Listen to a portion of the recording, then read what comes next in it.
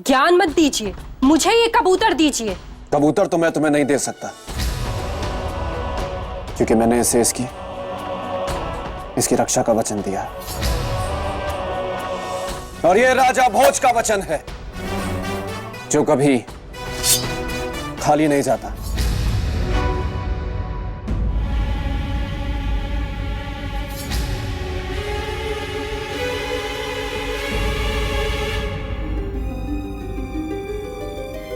देवी, आप रोने क्यों लगी?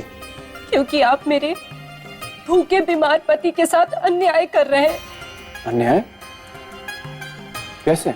अगर आपके लिए इस कबूतर की जीवन रक्षा न्याय है, तो मेरे साथ अन्याय क्यों कर रहे हैं? ठीक है, मैं तुम्हारे साथ भी न्याय करूंगा। मैं तुम्हें उचित न्याय का वचन देता हूं। बताओ, इस कबूतर के बदले क्या चाहिए तुम्हें? इस कबूतर के भार के बराबर स्वर्ण। ठीक है, स्वर्ण मिलेगा तुम्हें। और कुछ? नहीं, बस।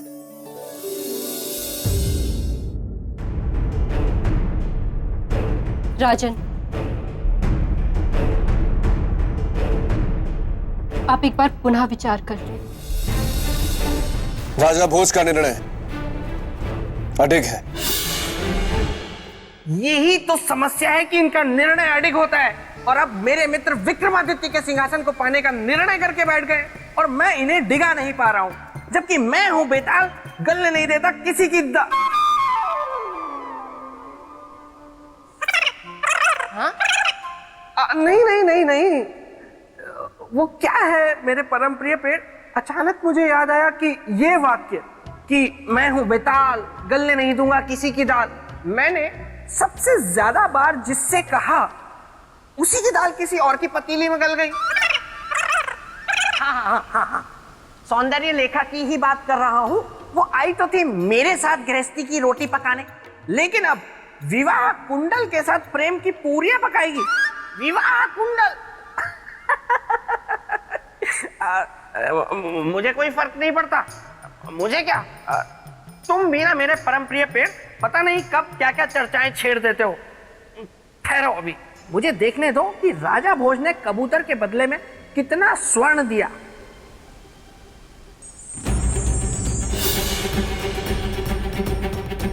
महाराज, इस कबूतर के भार के बराबर तो कोई लोहा ना दे, और आप? साहूकार,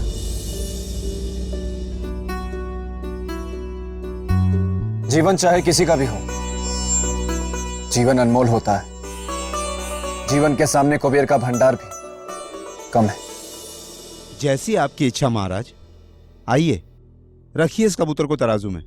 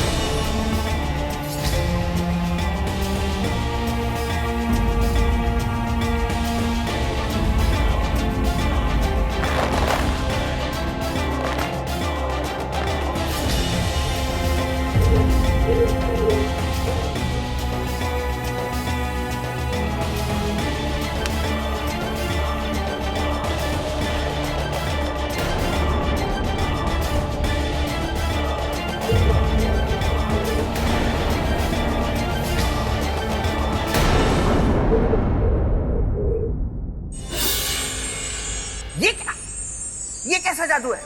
ये कबूतर के रूप में कोई हाथी है, या हाथी के रूप में कबूतर है? इतना सब कुछ रखने के बाद भी तराजू टस से मस ही नहीं हो रहा।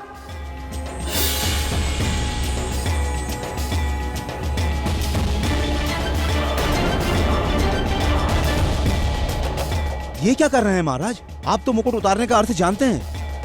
इसके बाद आप राजा नहीं रह जाएंगे। कोई अंतर नहीं पड़ता। इस एक मामूली कबूतर के लिए ऐसा मत करिए। अपना मुकुट वापस पहन लीजिए। किसी परिस्थिति में नहीं।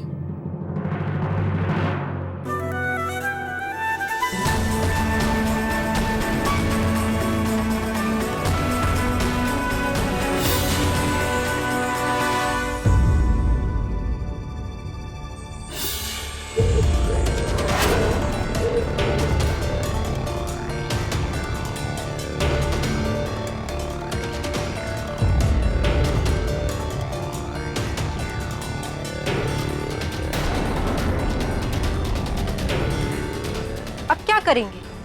अपने आप को बेचेंगे? यदि न्याय के लिए मुझे अपने आप को भी बेचना तो बेच दूं, परंतु किसी के साथ अन्याय नहीं होने दूंगा। राजन, अब तो न्याय के लिए संध्या तक प्रतीक्षा करनी होगी, क्योंकि हाट संध्या को ही लगता है। करूंगा प्रतीक्षा। महाराज, आपने कबूतर की जान तो बचा ली। इसके बदले में आपने भीलनी को सब कुछ दिया, यहां तक कि अपना मुकुट भी। इससे तो भीलनी की कई पीढ़ियों का भरण पोषण हो जाएगा। तो फिर आप अपने आप को क्यों बेचना चाहते हैं?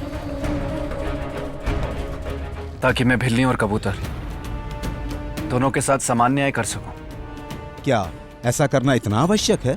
क्योंकि अगर मैं ऐसा नहीं करूंगा तो न्याय कलंकित हो जाएगा। जिसमें आपकी खुशी, मैं तो आपके भले के लिए कह रहा था। चुपचाप आप कबूतर लेकर निकल लेते, भीलनी आती, अपना सामान लेकर जाती। यह असंभव है। तो ठीक है, हाट लग रहा है वहां, अब जाइए।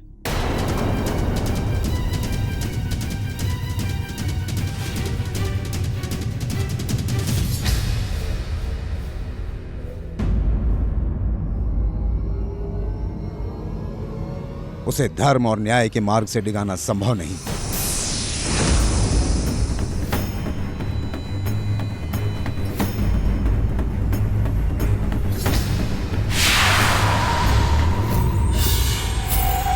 महामाया, कैसी है ये माया?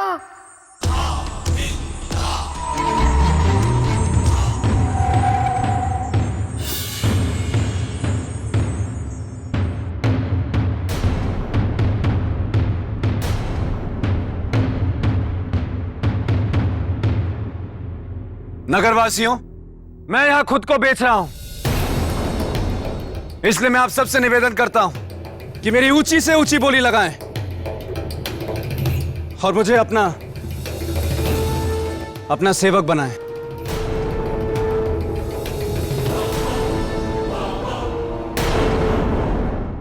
क्या तुम खेती करना जानते हो? तुम्हें हथियार बनाना आता है क्या? क्या तुम आभूषण बना सकते हो?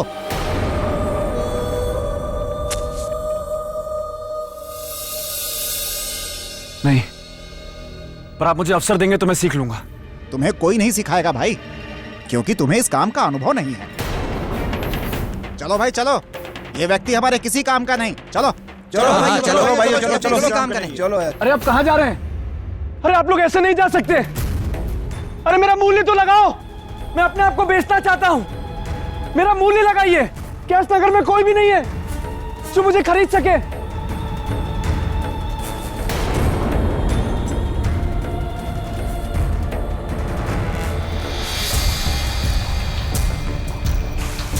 हे महाकाल, क्या मैं अपने न्याय के वचन की रक्षा नहीं कर पाऊंगा?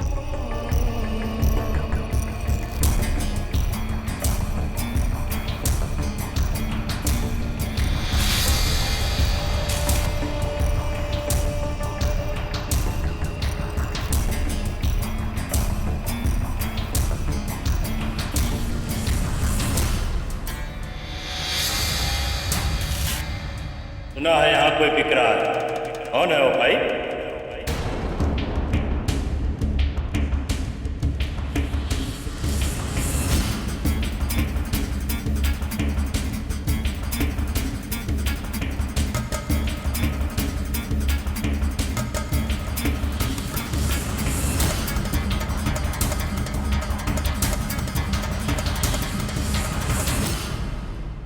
मैं शमशान का चांडाल हूं, मुर्दा फूंकता हूं। तुम फूंक पाओगे मुर्दा? हाँ, मैं फूकूंगा। तब मैं तुझे खरीदता हूं। आज से तुम हमारे सेवक हुए। पर दाम क्या देंगे ये तय नहीं हुआ। दाम? प्रतिदिन 1 रोटी। यदि मंजूर है तो बोलो, अन्यथा मैं दूसरा सेवक ढूंढता हूं। हाँ, स्वीकार है।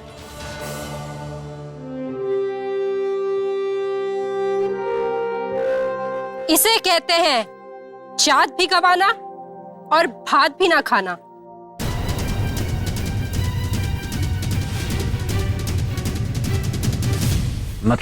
मतलब आप इस एक रोटी की मजदूरी में कब और कैसे मेरे कबूतर का मूल्य चुकाकर न्याय कर सकेंगे? मैं और प्रतीक्षा नहीं कर सकती। और यदि सच में आप मेरा न्याय करना चाहते हैं तो कल संध्या तक मुझे सोना लाके दे दीजिए, वरना भूल जाइए न्याय और भूल जाइए ये कबूतर।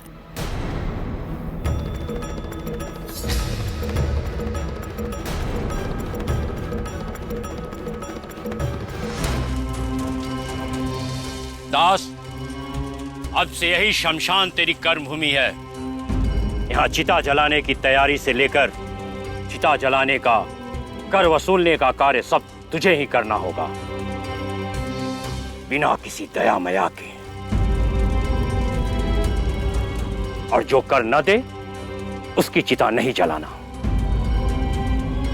समझे? तो जा, जंगल से चिताओं को जलाने के लिए लकड़ियां काट कर ले आ।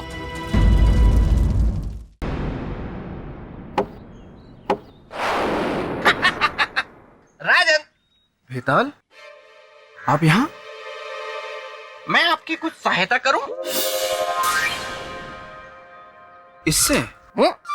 ये तो फिर भी काफी बड़ा है। इसके लिए तो मेरा नाखून ही काफी है। नहीं। ठीक है, देखिए राजन, अब से मैं आपका शुभचिंतक हूं और आपके शुभचिंतक होने के नाते मैं आपको एक सलाह देना चाहता हूं, क्योंकि आप उज्जैनी नगरी के राजा हैं, महान नगरी के, मेरे मित्र की नगरी के। इसीलिए कह रहा हूं राजन, ये सब करना आपको शोभा देता है? नहीं ना? तो छोड़िए ये सब और लौट जाइए। हाथ जोड़कर मैं आपसे निवेदन करता हूं कि अब मैं राजा नहीं हूं, किसी का दास हूं। इसलिए कृपा करके मुझे अपने कर्तव्य का पालन करने दें। लेकिन राजन, मैं ये कह रहा हूं, बेताल, मैं तो सिर्फ बेताल, प्रणाम देवी। तुम जानते हो ना, जो भी राजा भोज के साथ हो रहा है वो मेरी ही माया है। जी देवी। फिर भी तुमने राजा भोज को मेरी माया से निकालने का प्रयत्न किया। अब इसके लिए तुम्हें दंड तो भुगतना ही होगा। क्षमा देवी, क्षमा। इस बार तुम्हें क्षमा नहीं मिलेगी बेताल, दंड मिलेगा। अब 1 दिन तक खरगोश बनकर रहोगे। क्षमा देवी, क्षमा। मैं भावनाओं में बह गया, इसीलिए ये कह गया।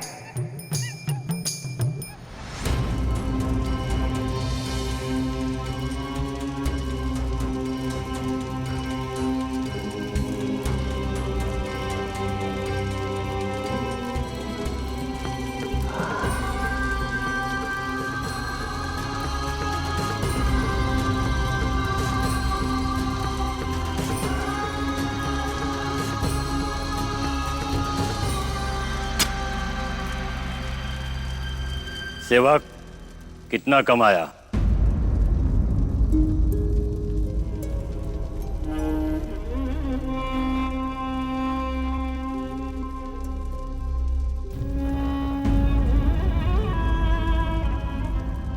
बस इतना ही?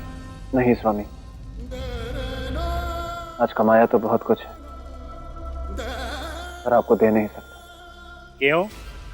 तू जानता नहीं, सेवक की कमाई पर स्वामी का अधिकार होता है। चल दे आज की कमाई। सत्य का ज्ञान कमाया है स्वामी, जिसे चाहकर भी मैं आपको दे नहीं सकता और आप ले नहीं सकते। मतलब मतलब आज ये जाना है कि मृत्यु विधि का सबसे बड़ा सत्य और शमशान इस संसार का।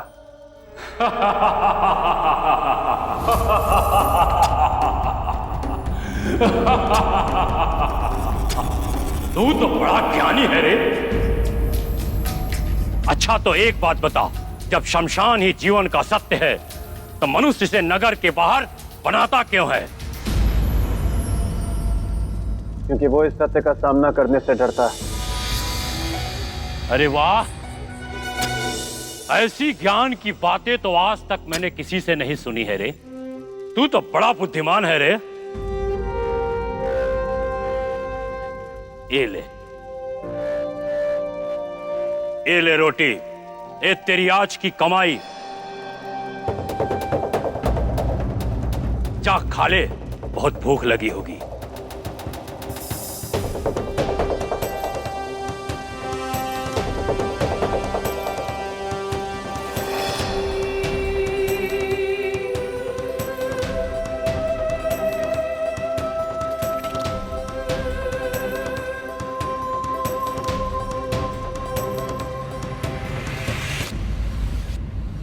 तू अभी भी इस आस में बैठा है कि तेरा वो रक्षक राजा भोज तुझे बचाने आएगा? भूल जा, वो नहीं आने वाला। इसलिए अब अपने अंत के लिए तू तैयार हो जा। रुक जा बिल्ली, रुक जा बिल्ली, रुक जा बिल्ली।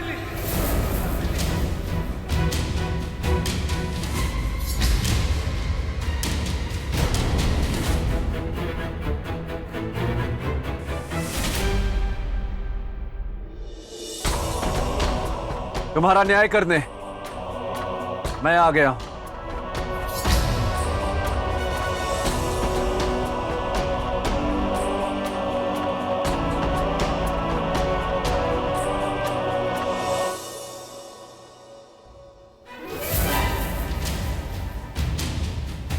एक रोटी की कमाई करने वाला चांडाल क्या न्याय करेगा भोज? न्याय करना है तो सोना ले आइए, वरना जाइए। जब इतना सोना इस कबूतर को नहीं तौल पाया तो आपकी एक रोटी क्या तौलेगी? इसकी कीमत को कम मत समझना भिलनी। ये अन्न है और अन्न इस संसार का सबसे बड़ा धन होता है, सबसे भारी और सबसे बहुमूल्य। इसकी तुलना इस संसार का कोई भी रत्न नहीं कर सकता। इस बात को याद रखना। इस बात की गवाही तो तराजू देगा जब इसे तौला जाएगा।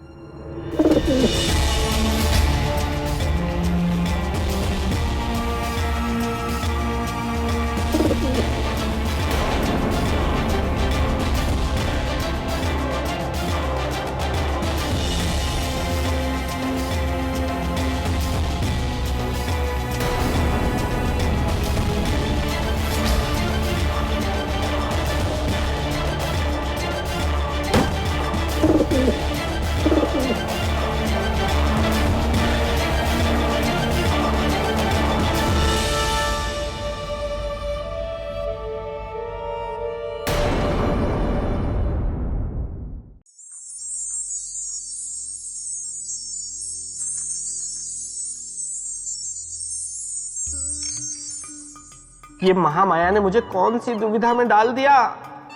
अब ये 24 घंटे कब पूरे होंगे और कब मैं फिर खरगोश से बेताल बनूंगा?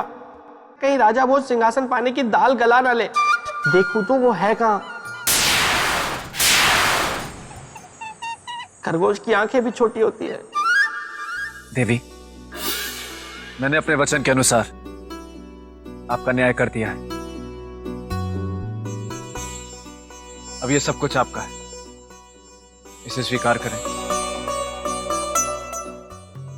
और मुझे आज्ञा दें।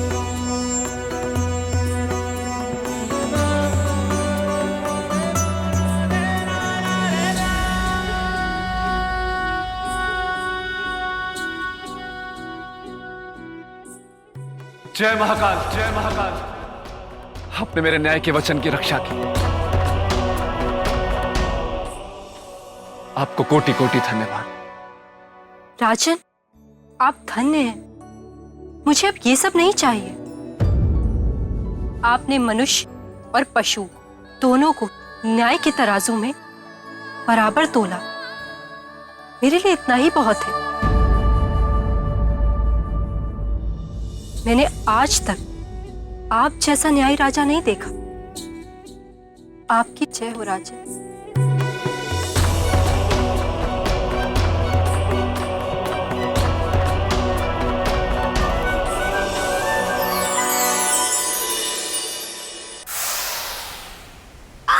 वाह वाह वाह पहले जैसा हो गया। वाह वाह राजा भोज तो गुफा में पहुंच गए।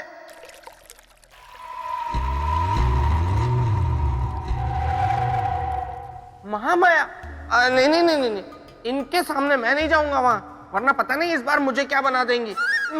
राजन, आप और आपका न्याय दोनों ही धन्य हैं। जिस प्रकार आपने एक पक्षी और एक मनुष्य के बीच समानता से न्याय किया है, उसे ये संसार सदा ही याद रखेगा।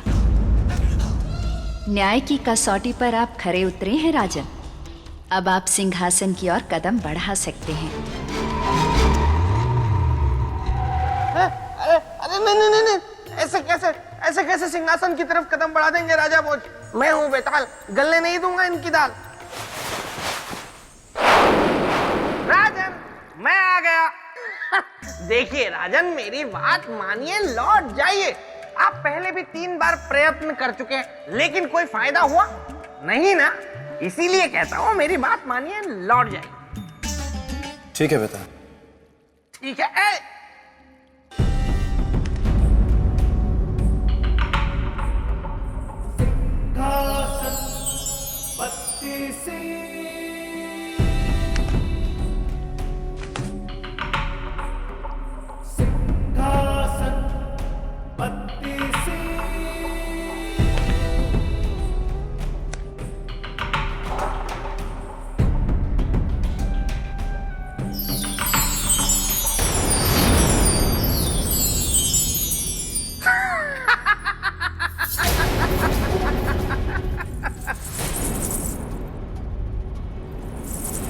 पायल की छन छन।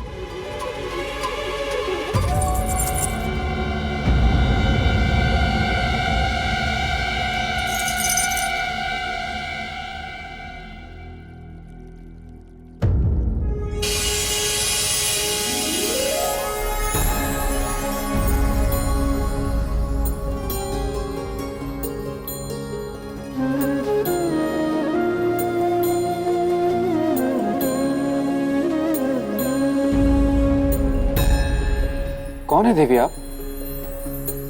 बताइए तो जाने। देवी, भला मैं आपको कैसे बता सकता हूँ? मैं तो आपको पहली बार देख रहा हूँ। चलिए कुछ संकेत देती हूँ। मैं चंचल, कोमल, चितवन, रस, रूप और गंध की मैं दीवानी। आप बताइए। नहीं बता सकता देवी, कृपया आप स्वयं बता दें। ना रजनीगंधा ना अश्वगंधा, चित्रगंधा है मेरा नाम। चरित्र की पुतली होने के नाते चरित्र को परखना है मेरा काम। चरित्र की देवी चित्रगंधा, राजा भोज का आपको प्रणाम। राजन, आइए आइए आइए आइए। इस सिंहासन बत्तीसी को केवल वही प्राप्त कर सकता है जो महान सम्राट विक्रमादित्य की तरह चरित्रवान हो। और उनकी तरह चरित्रवान होने का अर्थ है आसमान से तारे तोड़कर लाना। व्यर्थ ही समय गवा रहे हैं राजन, लौट जाइए यहाँ से। आइए मेरे साथ। नहीं नहीं श्रीमान बेटा, आप रहने दीजिए।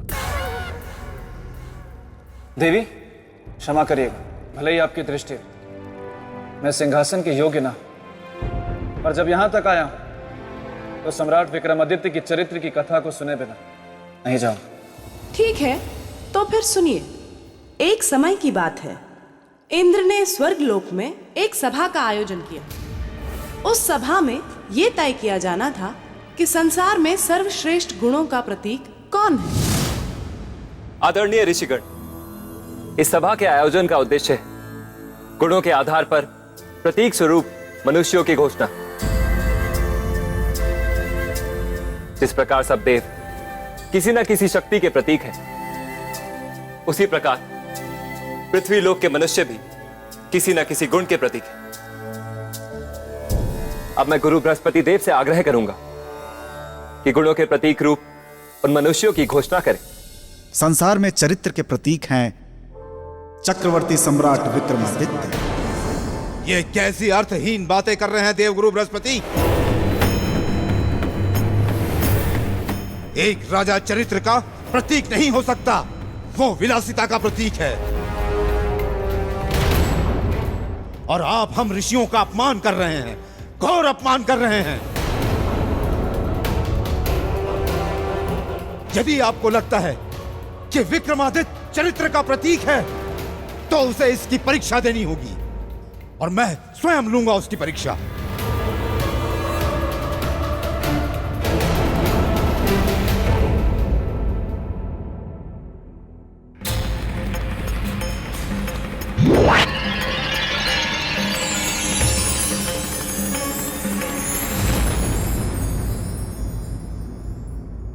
ऋषिवर, मैं अपने निर्माण का उद्देश्य जानती हूँ,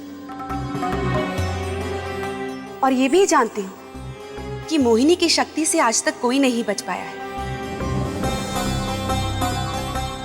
इसलिए आप निश्चित रहें ऋषि। चरित्रवान विक्रमादित्य को मैं अपनी एक मुस्कान से अपने वश में कर लूं।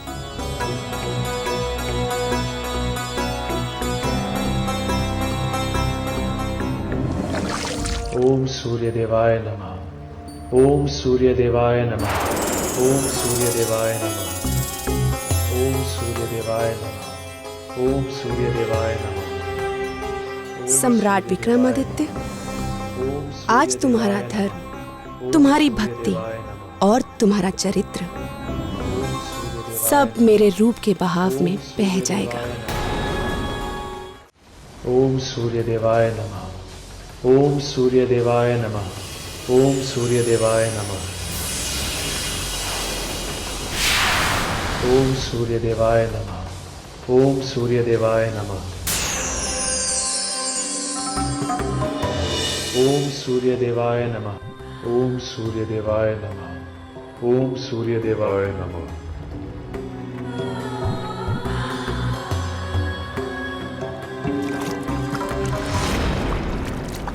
सम्राट विक्रमादित्य तो जा रहे हैं, हमें इन्हें रोकना होगा।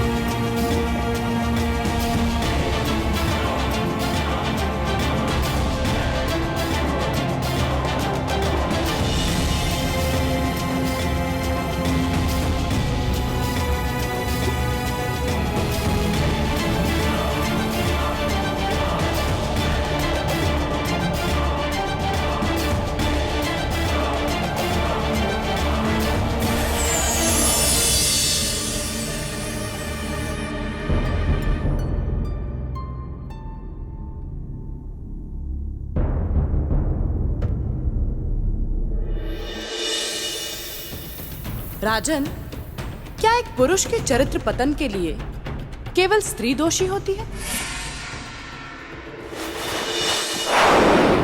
देवी, अगर आप ऐसे आसान आसान प्रश्न राजन से करेंगी तो ये उन कठिन कठिन प्रश्नों के लिए कैसे तैयार हो पाएंगे जो आप इनसे आगे करने वाली हैं?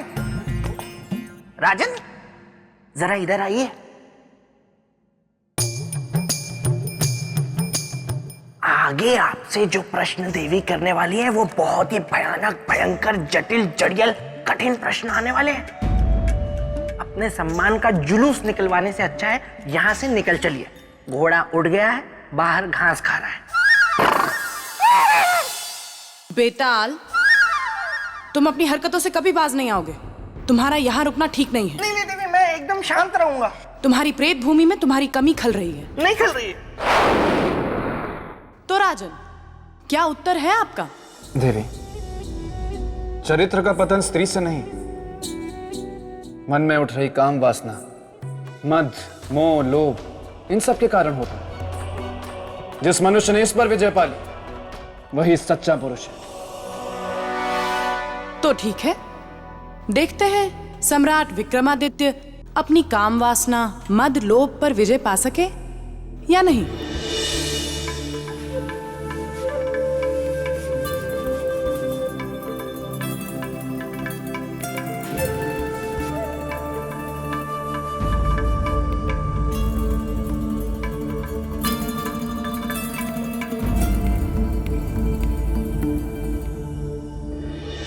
देवी, हम कहाँ गए? कौन से लोक में? श्रृंगार लोक। श्रृंगार लोक? हाँ, श्रृंगार लोक। और हम हैं यहाँ की रानी, रानी प्रियंवदा। हमारा आतिथ्य स्वीकार करें।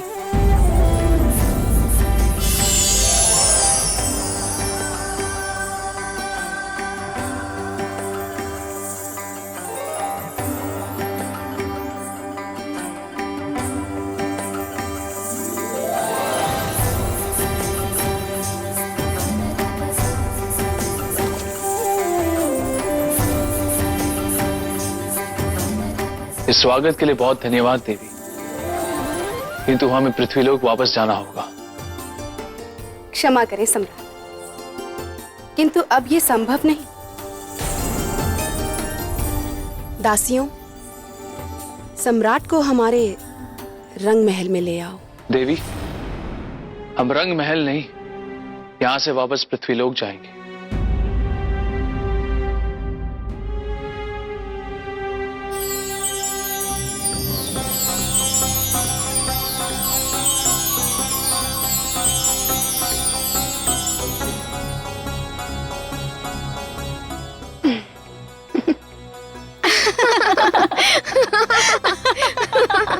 ये क्या कर रही हैं आप देवी? आपको श्रृंगार की बेड़ियों में जकड़ रहे हैं ताकि आप यहां से कभी जा ना पाए।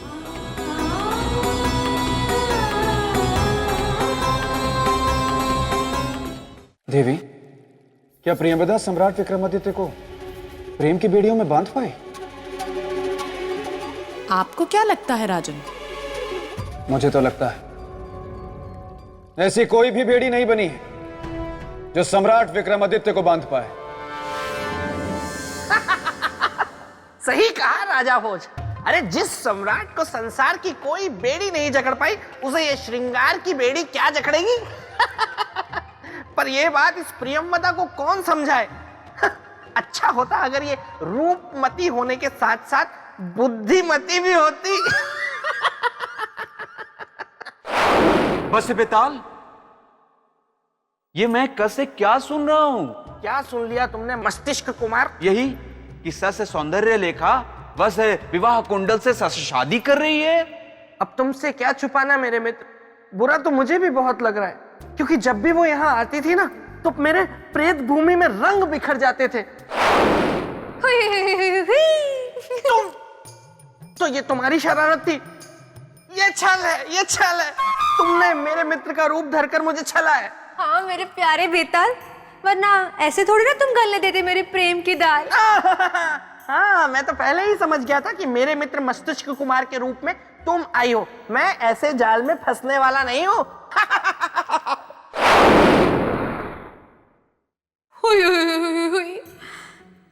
ठीक है, अगर तुम हो विश्वामित्र जैसे मेरे बेताल, तो मैं भी हूँ बेताले जैसे रति। तुम्हारी तपस्या तोड़ के ही दम लेगी और तुम्हें ही बनाएगी अपना पति।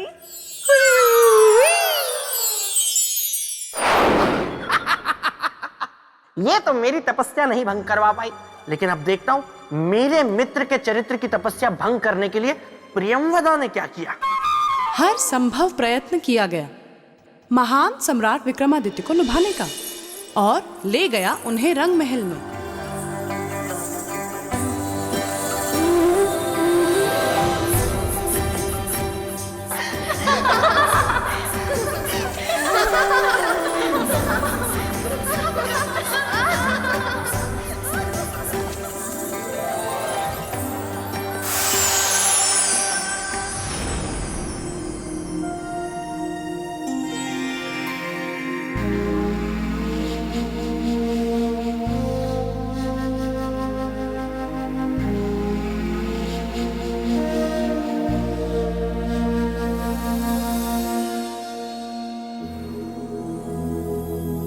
राजन, हमें आपसे प्रेम हो गया है।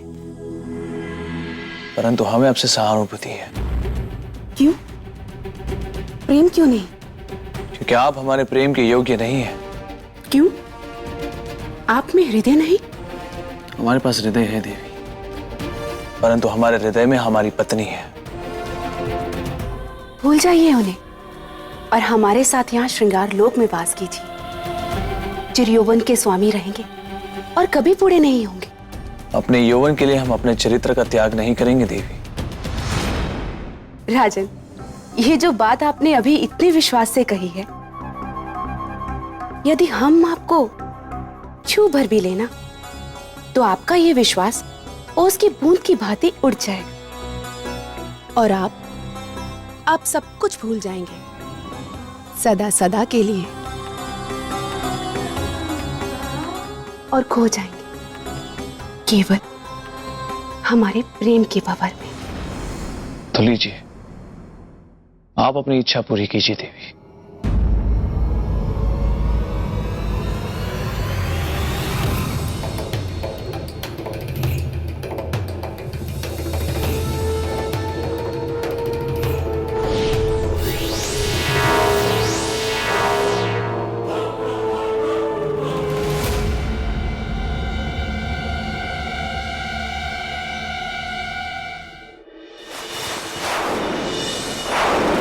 देखा राजन, पता चल गया होगा उस प्रियंवदा को कि मेरा मित्र विक्रमादित्य कोई साधारण मनुष्य नहीं है।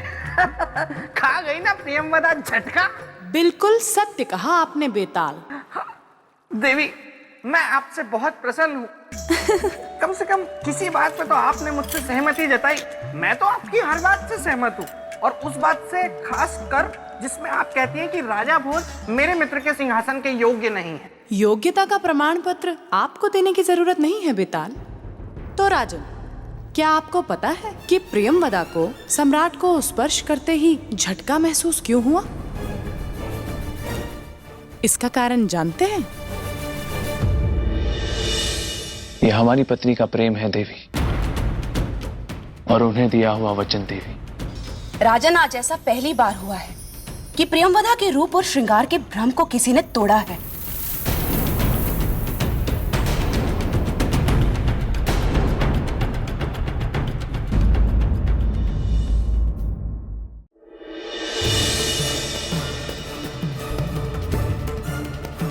राजन, आज ऐसा पहली बार हुआ है कि प्रियंवदा के रूप और श्रृंगार के भ्रम को किसी ने तोड़ा है।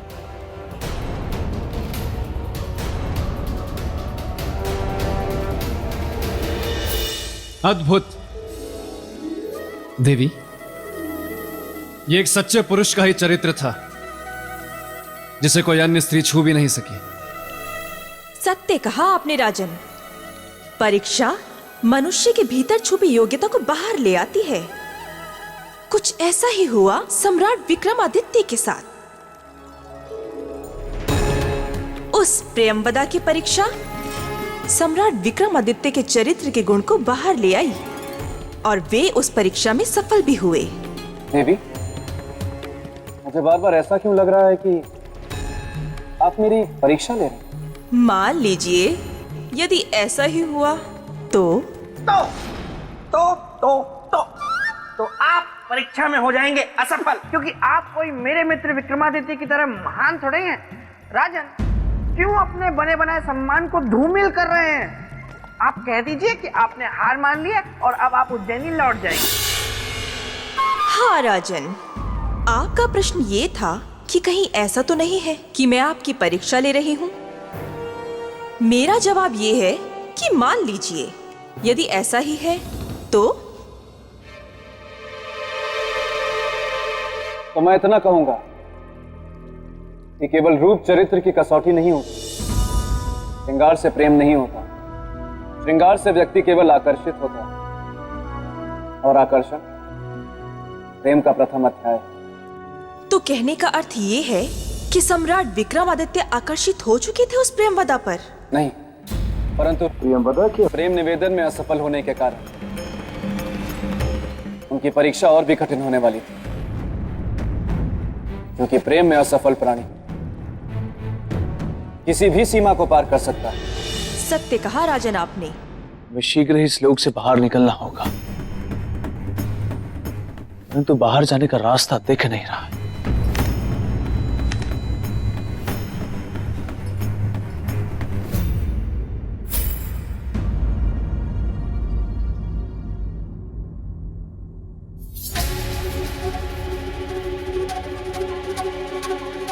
इसी मार्ग के जरिए हम इस लोक में आए थे, यही मार्ग हमें पृथ्वी लोक ले जाएगा।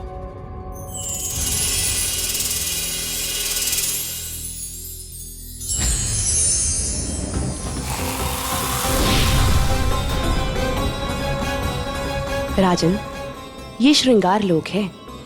यहाँ आना और जाना सब हमारी इच्छा से होता है।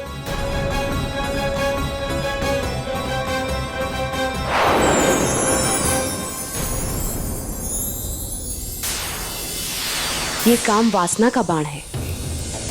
ये आपके हृदय से आपके धर्म और चरित्र के कवच को समाप्त कर देगा, और इसके बाद आप हमसे बेहिचक प्रेम कर सकेंगे।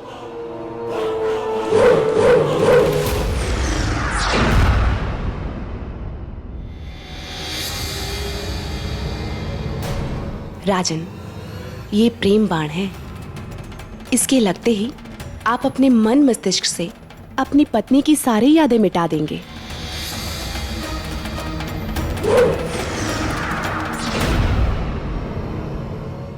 राजन, ये सम्मोहन बाण है। इसके लगते ही आप अपने राज्य, अपनी पत्नी, अपना प्रेम और अपना चरित्र सब भूल जाएंगे, और आपको याद रहेगी तो केवल प्रियंवदा।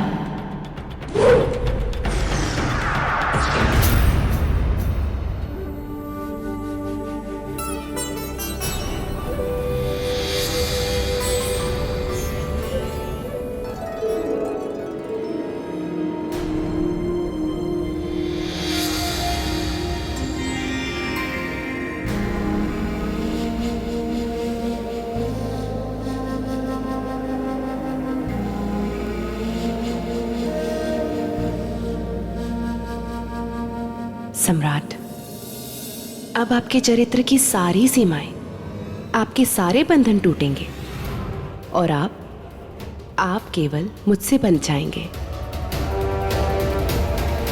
देवी, सम्मोहन, प्रेम और काम वासना, ये तीनों तीर सम्राट विक्रमादित्य पर चलाकर उन्हें अपने वश में करना तो गलत है, नीति के विरुद्ध है ये।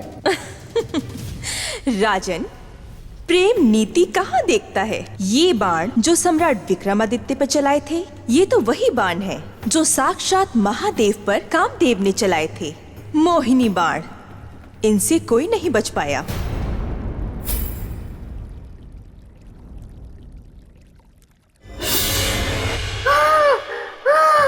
देवी की जय हो। देवी, देवी आप अनुमति दे तो आगे की कथा मैं सुना दूं? ठीक है, सुनाइए। धन्यवाद देवी। हाँ तो राजन, हुआ यूं कि एक बार मेरे मित्र विक्रमादित्य जब सो रहे थे तो उनकी नाक पर आकर एक मक्खी बैठ गई। बेताल, क्षमा देवी क्षमा, मैं भावनाओं में बह गया, इसीलिए ये कह गया। अब नहीं कहूंगा। हाँ तो राजन, प्रियंवदा अपने छल में सफल हो गई। उसने सारे तीर मेरे मित्र पर चला दिए और ऐसा लगा कि उन तीरों का असर मेरे मित्र पर हो गया है।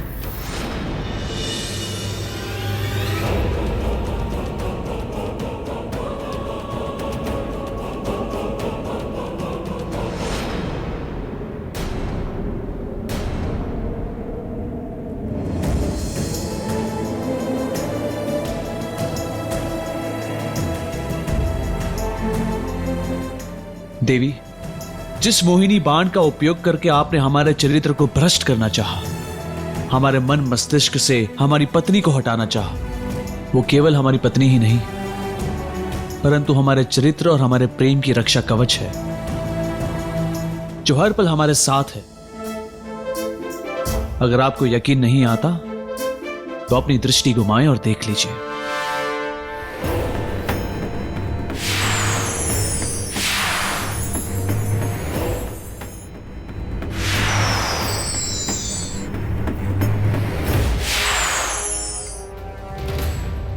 नहीं, ये नहीं हो सकता। किंतु यही सत्य है देवी, और सत्य को झुठलाए मत। कृपा करके हमें पृथ्वीलोक का मार्ग बता दीजिए। अब मैं आपको रोकूंगी नहीं, चले जाइए, मार्ग सामने है।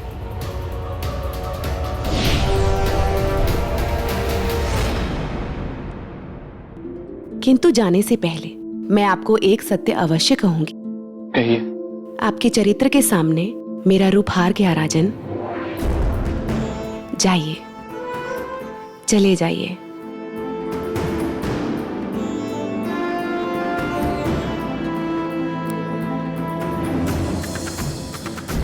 और इस तरह रानी प्रियंवदा हाथ मलते रह गई। देखा मेरे मित्र का चरित्र।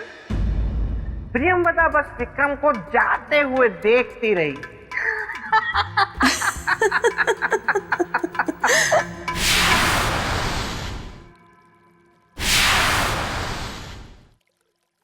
रूप की रानी प्रियंवदा और इतनी विवश। अब यही तो विडंबना थी राजन। देखिए ना, ये है कामदेव के 3 अपराजित तीर, श्रृंगार, प्रेम और काम, जो सम्राट विक्रमादित्य के महान चरित्र के आगे पराजित हो गए। और रानी प्रियंवदा परेशान। नहीं देवी, मैं नहीं मानता इस बात को। यही तो समस्या है ना राज, आप कुछ मानते ही नहीं। अगर आप मान गए होते तो आज यहाँ ना होते, बल्कि अपने राजमहल में आराम कर रहे होते। तो राजन, अब बताइए, आप क्यों नहीं मानते ये? जब किसी प्रेमिका का प्रेम, श्रृंगार और सुंदरता तीनों हारते हैं, तब वो एक चोट खाई नागिन बन जाती है और बदले के मार्ग को चुनती है, छल को अपना अस्त्र बनाती है। क्योंकि कोई भी स्त्री अपने व्यक्तित्व और अस्तित्व को अनदेखा होते हुए नहीं देख सकती है देवी। मतलब रूप की रानी प्रियंवदा ने सम्राट विक्रमादित्य के साथ छल किया होगा। बिल्कुल ऐसा ही किया रानी प्रियंवदा ने। अवसर पाकर वो सम्राट विक्रमादित्य की अनुपस्थिति में उज्जैनी जा पहुंची। तो ये है चक्रवर्ती सम्राट विक्रमादित्य के धर्म, न्याय और चरित्र की नगरी उज्जैनी, जहां उनके धर्म और चरित्र की गूंज सदा गूंजती रहती है। किंतु विक्रमादित्य, मैं तुम्हारी इसी नगरी उज्जैनी में तुम्हारे पाक साफ दामन पर दाग लगाऊंगी और लोगों को बताऊंगी कि तुम क्या हो। देवी, मैं जिज्ञासु हूं ये जानने के लिए कि आगे क्या हुआ। उस प्रियंवदा ने ऐसा रूप धरा कि उस रूप की रोशनी ने सब कुछ हला।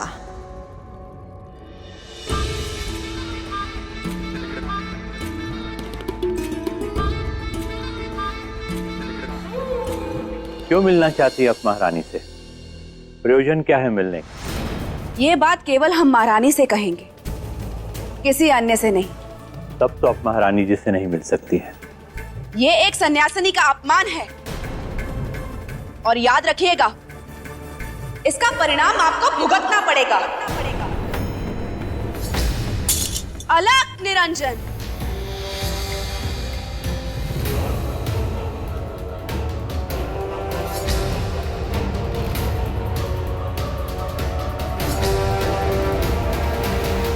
आचार्य जी, क्या बात है? कि स्त्री बिना कारण बताए आपसे मिलना चाहती थी और परमात्मा की कृपा से आज हमारी ये इच्छा पूर्ण हुई। नहीं देवी, परमात्मा की परम कृपा तो हम पर हुई है, जो पूजा के तुरंत बाद हमें आप जैसी सन्यासिनी के दर्शन हो गए। अलग निरंजन। कल्याण, महारानी हमें आपसे कुछ बात करनी। जी कहिए। सबके सामने नहीं, एकांत में। जी अवश्य, साथ आइए।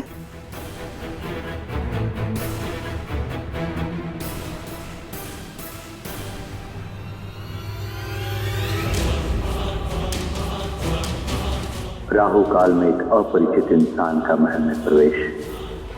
हे परमात्मा, रक्षा करना। मैं ढूंढ रही थी उसको, सौंप सकूं जीवन का फल जिसको। मिली मुझे वो, सती सावित्री आज मिली वो। अलग निरंजन, परम पिता परमेश्वर। देवी, हम कुछ समझ नहीं पा रहे हैं। महारानी, हम अपने तप के फल को देने के लिए एक सती सावित्री स्त्री को ढूंढ रहे थे, जो हमें आज यहां मिली आपके रूप में। इसलिए महारानी, हम आपको कुछ देना चाहते हैं।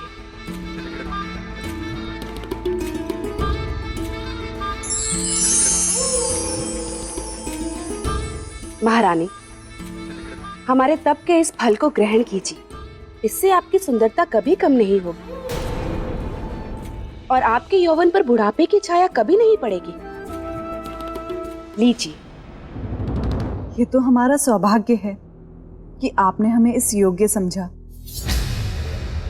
किंतु क्षमा कीजिएगा, हम आपके इस तप के फल को स्वीकार नहीं कर सकते। क्या कहा? स्वीकार नहीं कर सकते? जी। इस ना का अर्थ जानती हो मूर्ख? एक साध्वी के निरादर के साथ साथ उसके जीवन और उसके तप को भी व्यर्थ करना, और हम ऐसा नहीं होने देंगे। आपको हमारे तप का फल लेना ही होगा। लीजिए।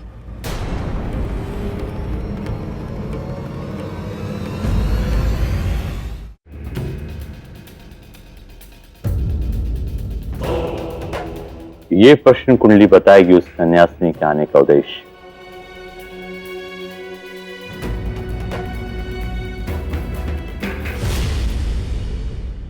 ये क्या छल की रचना है? उसके आने का उद्देश्य अनर्थ, घोर अनर्थ। लेकिन ये छल क्या है और किसके साथ है ये छल? देवी, हमारे कारण आपका तप और जीवन दोनों में से एक भी व्यर्थ नहीं होगा। हम आपका मान रखकर आपका दिया हुआ तप फल अवश्य ग्रहण करेंगे।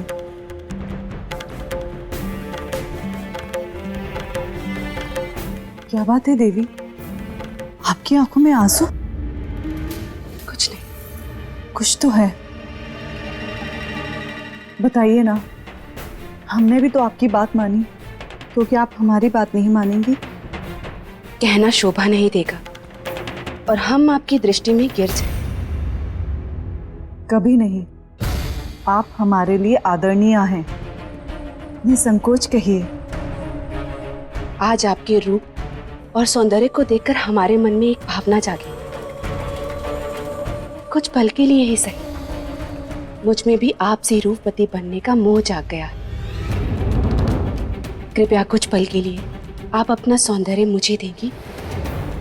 किंतु ये कैसे संभव हो सकता है देवी? सुंदरता तो ईश्वरीय देन है। नहीं महारानी, योग बल से कुछ भी संभव है, यदि आप अनुमति दें तो।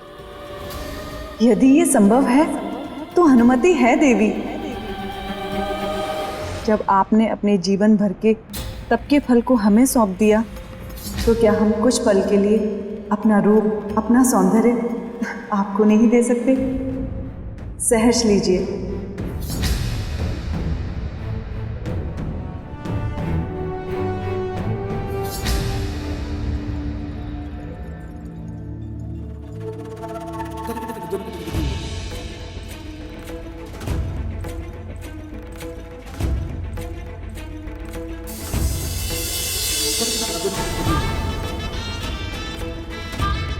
सम्राट विक्रमादित्य, अब देखिए आप अपने चरित्र के बल का हरण। समाप्त हो जाएगी आपकी शक्ति आज से।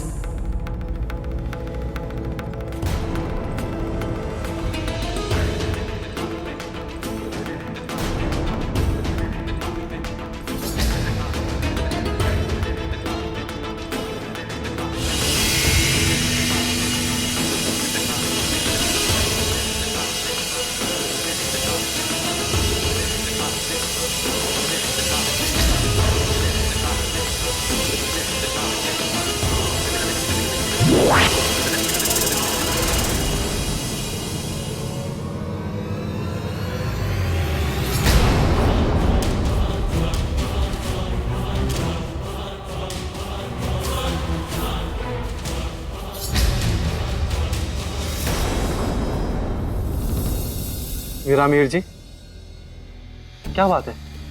मुझे अचानक बुलाने का कारण? सब कुशल तो है ना? नहीं सेनापति,